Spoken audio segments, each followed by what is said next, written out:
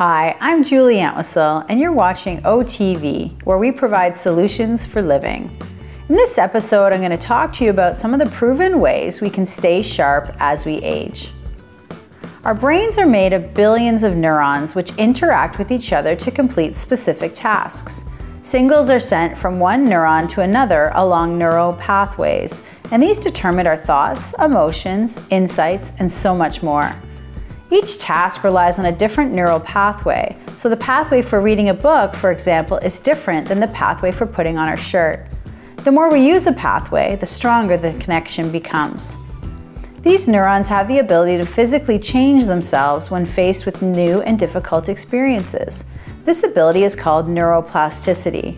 As we are exposed to new areas, tasks, or information, or experiences, neural pathways are formed and existing ones are reshaped. This will continue throughout our entire lives as we learn.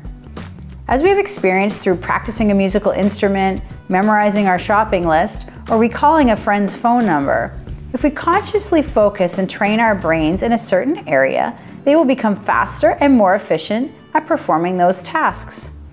So how can we use this knowledge to try and combat age-related cognitive decline? Here are a few ideas. First, the old adage is true, use it or lose it.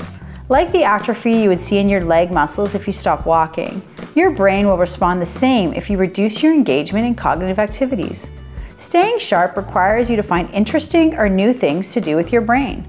Learn online banking, take a class or a course, play a challenging board game with a friend, shop at a new grocery store, take a different route to get home.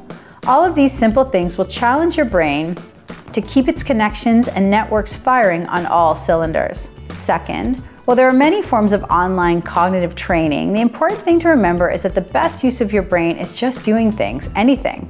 Stay active, be involved, and if you have extra time, you can consider spending it playing online games that are designed to challenge areas of your thinking, like attention, memory, or concentration. But just be warned that the skills you acquire from the game might not necessarily translate to you using your brain better or differently when doing other daily tasks. For example, if you score really high on a memory game, that does not mean you will be better able to remember your grocery list. Really, the best way to improve your completion of daily tasks is to just keep doing them. Third, you've heard this before and you'll hear it again. Exercise is good for more than just your muscles. A healthy lifestyle filled with regular physical activity helps provide oxygen to your brain, which in turn helps to improve cognition and slow the signs of aging. And yes, your diet also matters. How do you fuel the most important organ in your body? Research shows that a diet low in fat and cholesterol, filled with antioxidants from fresh fruits and vegetables, and omegas from fish and nuts can help fuel your brain and ward off issues later in life. And these diets are also great for your heart and reduce the risk of diabetes. Of course, sleep is important too. As people age, they tend to experience greater issues falling asleep and staying asleep. Yet lack of sleep is another important cause of poor cognition. Make sure you monitor your sleep patterns and habits and try to ensure you are well rested. Take a look at our other OTV video on sleep if you want some pointers. And what about medications? Many medications have side effects that can cause a cognitive fog. Understanding what these are and if there are alternatives is a good step in the direction of staying sharp and alert during the day.